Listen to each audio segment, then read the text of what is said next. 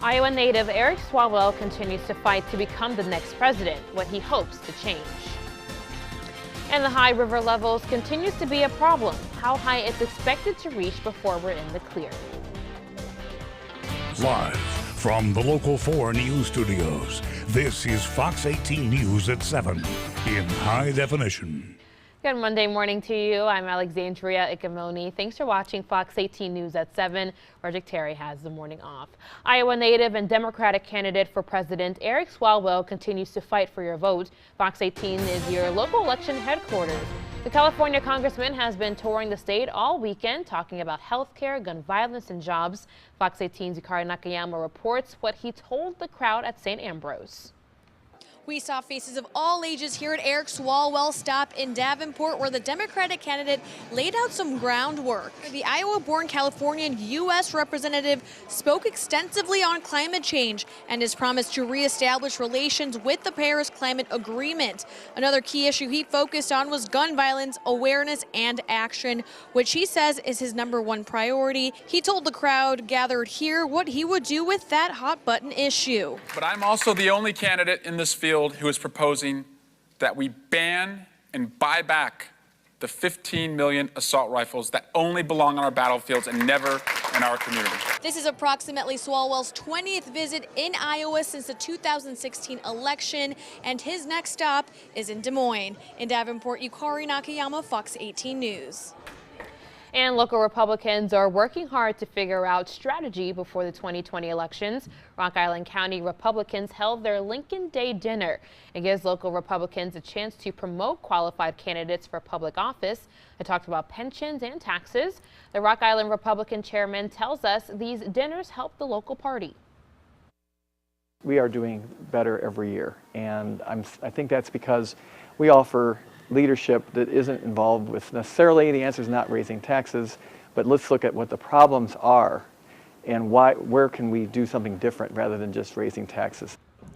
The keynote speaker was former state representative Jeanne Ives. And groups in Illinois representing convenience stores and gas stations say a gas tax increase would be needed for them to survive. Gas station experts say the gas station industry is already suffering. They say over the past few years, thousands of employees have left the industry and hundreds of stations have closed across the state. The group believes a higher gas tax would steer customers away from the pump.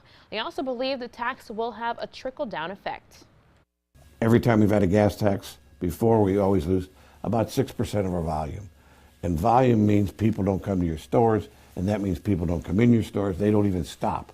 So that means they're definitely not going to buy anything.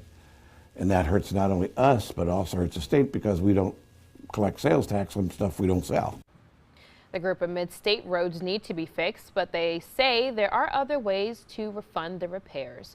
The Iowa House and Senate both left the 2019 session with some last-minute deals 6 days earlier than scheduled. On Governor Reynolds' desk, there's a bill to allow the governor to pick 9 of the Judicial Nominating Commission instead of 8, with a justice no longer the chair. A bill that blocks Medicaid funding for transgender surgery and also Planned Parenthood for sex ed grants. And a bill that would expand the medical marijuana program that removes the 3% cap on THC. It's still a roller coaster when it comes to river levels around the Quad Cities, and they seem to be staying on the high end for a while. This is River Drive in Moline near Milton Coffee. The Mississippi River already passed 20 feet and is projected to reach 21.2 feet by late Tuesday or early Wednesday. That'll make it the highest crest this year and the 6th highest of all time. Construction on the iconic cedar-covered bridge in Madison County, Iowa is almost finished. Alex Schumann gives us a first look at the historic landmark.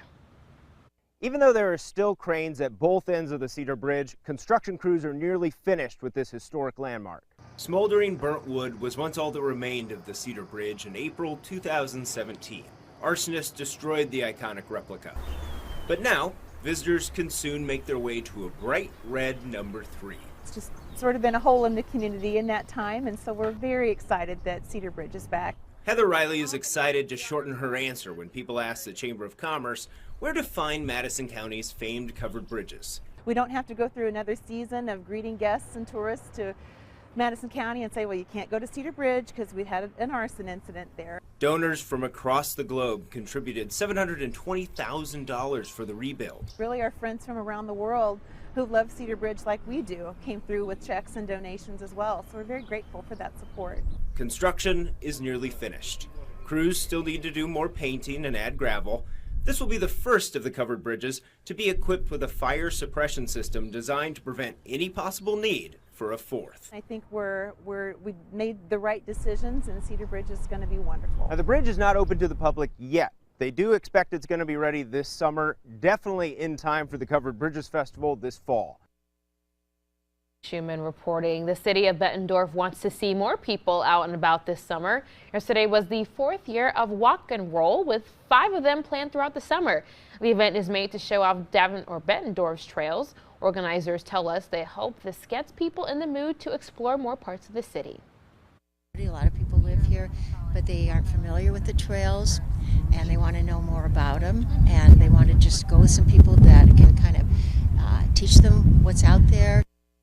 And the next Walk and Roll event is Sunday, May 19th. And if you're going on the trails today, you might want to grab a rain jacket and boots, but pretty much it's safe to say you might not want to just walk outside. Ash. Yeah, at least wait until the afternoon. By the afternoon, maybe a chance to get out and might get a little muddy, so wear some old clothes. But it is definitely rainy this morning. Widespread rain continues on here. Light to moderate showers across the board. A few spots of some heavy rain as well up towards Carroll County. You can see the light rain has an end, though. And here in the next few hours, eventually it should clear out. But in the meantime, just cloudy and just kind of yucky. Mid to upper 40s right now. We're going to climb back up close to 60 today, which is slightly better than yesterday. Yesterday we only made it to the mid 50s.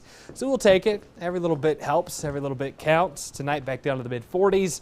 Rain, like I said, clears out by lunch and stays clear tonight for the most part. Only some isolated stuff possible, but plenty of rain Tuesday, more rain Wednesday, more rain Thursday. So when you can find some dry weather, enjoy it. Thanks. And let's go back to this past weekend. Saturday was pretty chilly.